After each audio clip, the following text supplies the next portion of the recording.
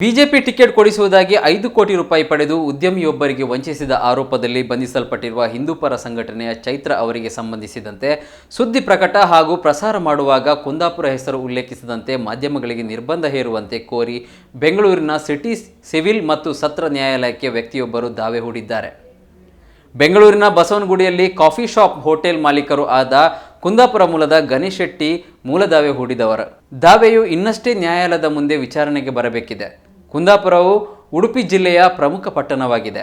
10 ಮತ್ತು 11ನೇ ಶತಮಾನದಲ್ಲಿ ಅಲುಪು ರಾಜವಂಶಸ್ಥರಾದ ಕುಂದವರ್ಮ ಅವರು ಕುಂದಾಪುರದಲ್ಲಿ ಆಳ್ವಿಕೆ ನಡೆಸಿದ್ದು ಐತಿಹಾಸಿಕ ಕುಂದೇಶ್ವರ ದೇವಸ್ಥಾನ ಸಹ ನಿರ್ಮಿಸಿದ್ದಾರೆ. ಕದಂಬರು, ಚಾಲುಕ್ಯ, ಹೊಯ್ಸಳ, ವಿಜಯನಗರದ ಅರಸರು ಕುಂದಾಪುರ ಪಟ್ಟಣದ ಸಂಸ್ಕೃತಿ ಮತ್ತು ಆರ್ಥಿಕ ಅಭಿವೃದ್ಧಿಗೆ ತಮ್ಮದೇ ಆದ ಕೊಡುಗೆ ನೀಡಿದ್ದಾರೆ. ನಂತರ ಪೋರ್ಚುಗೀಸರು, ಜರ್ಮನ್ನರು, ಟಿಪ್ಪು ಸುಲ್ತಾನ್, ಬ್ರಿಟಿಷರು ಕುಂದಾಪುರ ಅಭಿವೃದ್ಧಿಗೆ ಕೊಡುಗೆ ನೀಡಿದ್ದಾರೆ. ಅನೇಕ ಐತಿಹಾಸಿಕ ದೇವಸ್ಥಾನಗಳಿಂದ ಕುಂದಾಪುರ ಖ್ಯಾತಿ ಪಡೆದಿದೆ ಎಂದು ದಾವೆಯಲ್ಲಿ ವಿವರಿಸಲಾಗಿದೆ.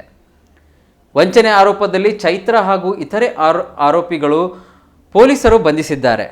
ಚೈತ್ರ ಸಹ ಕುಂದಾಪುರದ ಮೂಲದವರಾಗಿದ್ದಾರೆ. ಆದರೆ ಈ ವಂಚನೆ ಪ್ರಕರಣಕ್ಕೆ ಮಾಧ್ಯಮಗಳು ಚೈತ್ರ ಹೆಸರು ಬಳಸುವಾಗ ಕುಂದಾಪುರ ಎಂಬುದಾಗಿ ಉಲ್ಲೇಖಿಸಲಾಗುತ್ತಿದೆ.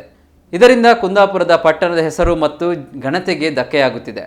ಕುಂದಾಪುರ ಎಂದು ಉಲ್ಲೇಖಿಸಿ ಮಾಧ್ಯಮಗಳು ಸುದ್ದಿ ಪ್ರಕಟಿಸುವುದು ಅವಹೇಳನಕಾರಿಯಾಗಿದೆ ಎಂದು ದಾವೆಯಲ್ಲಿ ಆಕ್ಷೇಪಿಸಲಾಗಿದೆ.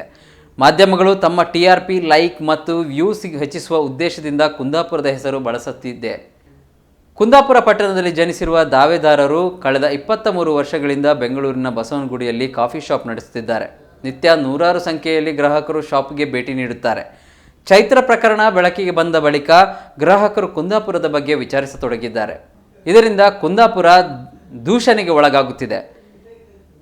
ಈ ಒಂದು ಘಟನೆಯಿಂದ ಅಲ್ಲಿನ ಭವಿಷ್ಯದ ಪೀಳಿಗೆಯನ್ನು ಕೆಟ್ಟ ದೃಷ್ಟಿಯಿಂದ ನೋಡುವಂತಾಗಬಹುದು ಎಂದು ದಾವೆಯಲ್ಲಿ ಆತಂಕ ವ್ಯಕ್ತಪಡಿಸಿದ್ದಾರೆ. ಚೈತ್ರ ಬಗ್ಗೆ ಸುದ್ದಿ ಪ್ರಸಾರ ಮಾಡುವಾಗ ಕುಂದಾಪುರ ಎಂದು ಉಲ್ಲೇಖಿಸದಂತೆ ಮಾಧ್ಯಮ ಮತ್ತು ಸಾಮಾಜಿಕ ಮಾಧ್ಯಮಗಳಿಗೆ ನಿರ್ಬಂಧ ಮಾಡಬೇಕು. ಈಗಾಗಲೇ ಕುಂದಾಪುರ ಹೆಸರು ಉಲ್ಲೇಖಿಸಿದ ಪ್ರಸಾರ ಮಾಡಿರುವ ಸುದ್ದಿ, ವಿಡಿಯೋ, ಲೇಖನ, ಪೋಸ್ಟ್, ಲಿಂಕ್ಗಳನ್ನು ಶಾಶ್ವತವಾಗಿ ತೆಗೆಯುವಂತೆ ಸೂಚಿಸಬೇಕು ಎಂದು ದಾವೆದಾರರು ಕೋರಿದ್ದಾರೆ. ದಾವೆದಾರರ ಪರ ವಕೀಲ H. ಪವನ್ ಚಂದ್ರ ಶೆಟ್ಟಿ ವಕಾಲತ್ತು ಹಾಕಿದ್ದಾರೆ.